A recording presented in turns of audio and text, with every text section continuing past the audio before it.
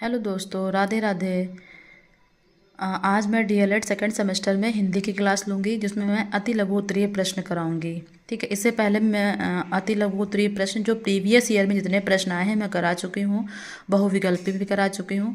आज जो थोड़े क्वेश्चन बचे हुए थे उनको लेकर के आई हूँ। तो आशा करती हूँ आपने मेरे पहले वीडियो देखे होंगे और आपको अच्छे भी लगे होंगे और समझ में भी आया होगा। तो समय को ना गवाते हुए चलिए अपनी क्लास शुरू करते हैं। तो पहला क्वेश्चन है हमारा, कहानी का महत्व लिखिए। तो कहानी से ज्ञान की वृद्धि होती है, विद्यार्थियों का सर्वांगीण विकास एवं कल्पना शक्ति का विकास होता है। कहानी क्या है, आपने बचपन में अपने सुनी होंगी बहुत, अपने बड़ों से, नानी नाना दादी दादी से। तो वही होती है, मतलब कहानी आप सुनते हैं तो आप में इमेजिनेशन मतलब पावर बढ़ती है, आप सोचने लगते हैं, कल्पना करने लगते हैं चीज़ों को। तो वही होता है कि आप विद्यार्थियों का सर्वांगीण विकास होता है और ज्ञान में वृद्धि होती है और कल्पना शक्ति बढ़ती है। फिर बालकों को कहानी पसंद होने का क्या कारण है, क्योंकि उसमें जो होता है सर्वाधिक अंश कहानी है हिंदी गद्य में, और कहानियों में घटनाओं का सजीव चित्रण होता है, मतलब बताते हैं कि यहाँ गए थे, ऐसा है वैसा है। तो इन चीज़ों से क्या होता है कि पसंद होने लगता है, अरे आगे क्या होगा आगे क्या होगा, इन चीज़ों को देखते देखते वो लोग कहानी को पसंद करने लगते हैं। फिर कहानीकार का प्रमुख कौशल क्या होना चाहिए, कहानी ऐसी होनी चाहिए कि बच्चों में जिज्ञासा बढ़े, कल्पना बढ़े कि आगे करेक्टर में क्या होने वाला है। तो ये कहानी का मेन कौशल होता है कि जिज्ञासा बनाए रखना कहानी का प्रथम कौशल है। फिर है कहानी का महत्व बताइए। तो कहानी का महत्व वही चीज़ है, ज्ञान में वृद्धि करता है, कल्पना शक्ति बढ़ाता है और सर्वांगीण विकास करता है। ठीक है।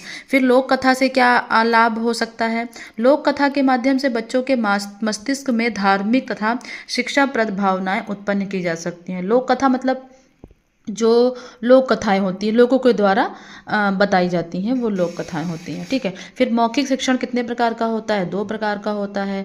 फिर ध्वनि कितने प्रकार की होती हैं, 2 प्रकार की होती हैं। शब्द किसे कहते हैं, अपने भावों को दूसरों तक प्रसारित करने के लिए ध्वनि प्रतीकों का उपयोग करना पड़ता है। इन ध्वनियों के मेल को शब्द कहते हैं। शब्द मतलब जब आप किसी चीज़ अपने मन के भावों को दूसरों तक पहुंचाते हैं, उसे हम शब्द कहते हैं। फिर गतिविधियों पर आधारित शिक्षण क्या है, तो शिक्षण कार्य में वही विधि उपयोगी मानी जाती है जिसमें शिक्षण व विद्यार्थी दोनों क्रियाशील रहें। जैसे प्रश्नोत्तर विधि, अगर आप पढ़ाते समय बच्चों से बीच बीच में प्रश्न पूछते रहेंगे तो बच्चे क्या रहेंगे, क्रियाशील रहेंगे और आपका आंसर दे पाएंगे, जिससे आपको लगेगा कि हाँ मेरा पढ़ाया हुआ बच्चे सुन रहे हैं। वही चीज़ है गतिविधि आधारित शिक्षण, मतलब दोनों लोग क्रियाशील रहें, गतिशील रहें, बच्चे और शिक्षार्थी। फिर अगला प्रश्न आता है हमारा कि विद्यार्थी की गतिविधियों का मूल्यांकन किस प्रकार करें। तो गतिविधियां मूल्यांकन करने के लिए बाल सभा, विद्यालय की पत्रिका, वाद विवाद प्रतियोगिता, अंताक्षरी प्रतियोगिता, वार्षिकोत्सव और अन्य समारोह भागीदारी कर सकते हैं। जैसे आप अगर आपको बच्चों की गतिविधियों का मूल्यांकन करना है तो आप बच्चों को वाद विवाद क्लास में करवा लें। ठीक है। किसी भी टॉपिक को लेकर के अंताक्षरी प्रतियोगिता, तो उसमें समझ में आता है कि हाँ बच्चा कितना खुलकर बात कर पा रहा है और कौन कौन उसमें अच्छी सी गतिविधि कर पा रहा है। क्योंकि कुछ बच्चे क्लास में ऐसे होते हैं जो बोलते ही नहीं, शांत स्वभाव के होते हैं, कुछ बहुत ज़्यादा बोलते हैं, कुछ थोड़ा बोलते हैं। तो ये सारी चीज़ें हम इन्हीं गतिविधियों के आधार पर जान सकते हैं। फिर गद्य और पद्य में अंतर, गद्य में और पद्य में अंतर ये आपका इंग्लिश में भी है और हिंदी में भी है। जैसे प्रोज और पोएट्री, वैसे ही गद्य और पद्य। तो गद्य में गति व लय की विशेष भूमिका होती है, जबकि गद्य में लय का कोई उपयोग नहीं होता है। मतलब पद्य में जो होता है वो गति होती है। जैसे पोएट्री में जब आप पढ़ते हैं कोई क्या बोलते हैं पोयम, तो उसमें क्या होता है कि आपको एक लयबद्ध तरीके से पढ़ना होता है। जैसे टिंकल टिंकल लिटिल स्टार, तो आप ये नहीं कहेंगे टिंकल टिंकल, इस तरीके से नहीं पढ़ सकते हैं। ठीक है। तो वही है कि पद्य में लय होना चाहिए और जबकि गद्य में लय की आवश्यकता नहीं होती है। पद्य की रचना छंदबद्ध अथवा छंद युक्त होती है, मतलब उसमें छंदों का प्रयोग होता है, जैसे जो रस होते हैं उन चीज़ों का। फिर जबकि गद्य में छंद का कोई उपयोग नहीं है। फिर गद्य का अर्थ क्या है, तो अभी मैंने बताया आपको, जिस रचना में छंद शास्त्र के गण तथा मात्राओं के बंधन नहीं होते हैं उसे हम गद्य कहते हैं। मतलब गद्य को पढ़ने के लिए आपको ऐसा नहीं कि कोई भी सुर ताल लय होनी चाहिए, आप किसी तरीके से भी पढ़ सकते हैं। मोस्टली आप जैसे कहानियाँ होती हैं उस तरीके से गद्य का होता है सार। फिर सूक्ष्म पाठ के उद्देश्य, सूक्ष्म पाठ क्या होता है, तो इसके उद्देश्य क्या है, वाक्यों की रचना में व्याकरण के ज्ञान का पूर्ण उपयोग, शब्द ज्ञान, कोश में वृद्धि, मुहावरे, लोकोक्तियाँ, सूक्तियाँ आदि का ज्ञान। विद्युत पाठ का अर्थ होता है शीघ्रता से पढ़ना, मतलब तेज तेज से पढ़ना, ठीक है, मतलब तेज तेज क्या, जल्दी से पढ़ना, शीघ्रता से। फिर अभिव्यक्ति का अर्थ क्या होता है, अभिव्यक्ति मतलब होता है आप कोई चीज दूसरों को प्रकट कर रहे हैं, बता रहे हैं। व्यक्ति द्वारा प्रकट किए गए भावों को अभिव्यक्ति कहते हैं। व्यक्ति अपने हृदय के विचारों को भाषा एवं वाणी का रूप प्रदान करते हैं, उसे ही अभिव्यक्ति कहते हैं। मतलब अपने भावों और विचारों को दूसरों के सामने प्रकट करना अभिव्यक्ति कहलाता है। फिर प्रोफेसर रमन बिहारी ने मौखिक अभिव्यक्ति को किस प्रकार परिभाषित किया है, तो बहुत इंपॉर्टेंट नहीं है। अभी मैंने बताया कि अभिव्यक्ति क्या होता है, आप अपने भावों और विचारों को दूसरों के सामने प्रकट करते हैं। तो मौखिक क्या होता है कि मानव अपने हृदय के भाव प्रकट करने के लिए ध्यानात्मक संकेत साधन का प्रयोग करता है, उसको मौखिक अभिव्यक्ति कहते हैं। मतलब बोल कर नहीं, आप लिख कर कह सकते हैं या किसी के माध्यम के द्वारा आप बता सकते हैं। फिर मौखिक अभिव्यक्ति के साधन क्या होते हैं, जैसे विचार विमर्श, वार्तालाप, वाद विवाद, चर्चा पर चर्चा, कविता पाठ, भाषण इत्यादि के थ्रू आप चीज़ों को बता सकते हैं। फिर लिखित, लिख कर किसी चीज़ों को बताना, जैसे आत्मकथा लेखन, पत्र लेखन, निबंध, कहानी लेखन, ये सारे लिखित अभिव्यक्ति में आते हैं। फिर अक्षर क्या है, जो नाशवान ना हो उसे अक्षर कहते हैं। क्षर का अर्थ है नाश होना तथा आ का अर्थ है नहीं, किसी भी अक्षर का नाश नहीं होता है, अक्षर मिलकर शब्द बनते हैं। अक्षर जिनसे हम भाषा का प्रयोग करते हैं उसे हम अक्षर कह सकते हैं। फिर वर्ण क्या होता है, तो वर्ण अक्षर समूह का दूसरा नाम वर्ण है। वर्ण अक्षर समूह के दो वर्ण में विभक्त किया गया है, स्वर और व्यंजन। स्वर 11 होते हैं, व्यंजन आप लोग बताइए कितने होते हैं कमेंट के द्वारा। फिर शब्द की व्याख्या कीजिए, तो शब्द क्या है, जिन प्रतीकों के द्वारा हम वर्णों को विचारों को उच्चारित करते हैं उन्हें हम शब्द कहते हैं। दो प्रकार के होते हैं, ध्वन्यात्मक और वर्णात्मक, ठीक है। फिर वाक्य कितने प्रकार के होते हैं, 3, सरल, मिश्रित और संयुक्त। सरल मतलब आप जो किसी भी सेंटेंस को सरल भाषा में तुम वहां जाओगे इस तरीके से। मिश्रित 2 शब्द जुड़ जाएं आपस में, संयुक्त 2 से 3 और जुड़ जाएं उसमें, ठीक है। फिर उपसर्ग का अर्थ बताते हुए बताइए। उपसर्ग क्या होता है, किसी भी शब्द के प्रारंभ में अगर कोई शब्द लग जाता है उसे हम उपसर्ग कहते हैं। जैसे मर लिखा है तो आ लगा दिया, अमर लिख दिया। क्रमण लिखा है, अति लगा दिया, अतिक्रमण हो गया, ठीक है। नैतिक लिखा है, आ लगा दिया, अनैतिक हो गया। आलय लिखा है, न्याय लगा दिया, न्यायालय हो गया, ठीक।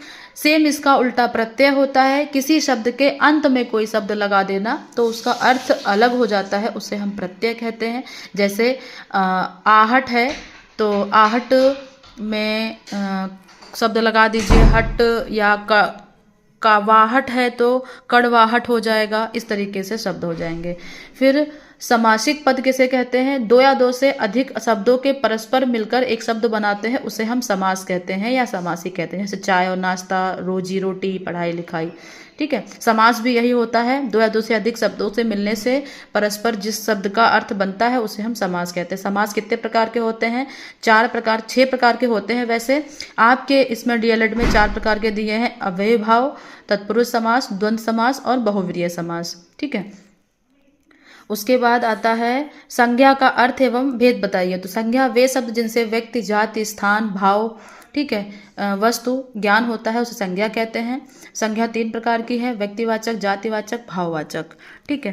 फिर अगला प्रश्न आता है हमारा, सर्वनाम किसे कहते हैं। तो जो शब्द संज्ञा के स्थान में प्रयोग होते हैं उसे हम सर्वनाम कहते हैं। जैसे हम, मैं, तुम, वे, उन्होंने, ये सारी चीजें। ये 6 प्रकार के होते हैं, पुरुष, निज, संबंध, प्रश्न, निश्चय, अनिश्चय, ये 6 प्रकार के होते हैं। फिर क्रिया क्या होती है, क्रिया कह सकते हैं किसी व्यक्ति द्वारा किए गए कार्य करने की क्षमता को हम क्रिया कह सकते हैं। कर्म के आधार पर, रचना के आधार पर, ये तो बहुत सफिशिएंट डिफिनेशन नहीं लिखी है इसमें। तो क्रिया क्या है, किसी व्यक्ति द्वारा किए गए कार्य को क्रिया कहते हैं। या क्रिया क्या होती है, मान लो जैसे कि वो जा रहा है तो इसमें जाना क्या है, क्रिया है, ठीक है। खा रहा है तो खाना इसमें क्रिया है। फिर रचना के आधार पर क्रिया, प्रेरणा, संयुक्त, नाम धातु और पूर्णकालिक क्रिया। फिर विशेषण क्या है, संज्ञा या सर्वनाम शब्दों की विशेषता बताए उसे हम विशेषण कहते हैं। जैसे गुणवाचक, परिमाणवाचक, संज्ञावाचक और संकेतवाचक। वचन शब्द का वह रूप जिसमें उसका एक या अनेक होने का बोध होता है उसे वचन कहते हैं, एक वचन और बहुवचन। लिंग जिससे स्त्री या पुरुष जाति का बोध हो उसे हम लिंग कहते हैं। वाचन, ये बहुत इंपॉर्टेंट प्रश्न है। वाचन मतलब होता है बोलना, ठीक है। दो प्रकार से होता है, स्वस्वर वाचन और मौन वाचन। स्वस्वर वाचन मतलब बोलकर किसी चीज को किसी से व्यक्त करना, और मौन मतलब किसी चीज को लिखकर या किसी माध्यम के द्वारा प्रकट करना, उसे हम वाचन कहते हैं। जैसे स्वस्वर वाचन है, दो प्रकार का होता है। प्रथम, एक ही व्यक्ति किसी लिखित भाग का वाचन करे, जैसे कथावाचक का वाचन, बालकों द्वारा एक एक करके वाचन, ठीक है, ये सारा। फिर मौन है, मौन हो जाएगा। मौन वाचन का अर्थ स्वयं से स्पष्ट होता है, बिना ध्वनि किए, अर्थात बिना पाठ को किसी प्रकार से पढ़ना, किसी आवाज या ध्वनि का ज्ञात ना होना, उसे मौन कहते हैं। वाक्य, शब्दों को मिलाकर वाक्य बनता है, जैसे सेंटेंस कहते हैं इंग्लिश में। जैसे खाना खाया, फिर उसको मिला देते हैं तो उसने खाना खाया या राम ने खाना खाया, इस तरीके से वाक्य बनता है। तो उसमें दो चीज़ें होती हैं, उद्देश्य और विधेय, ठीक है।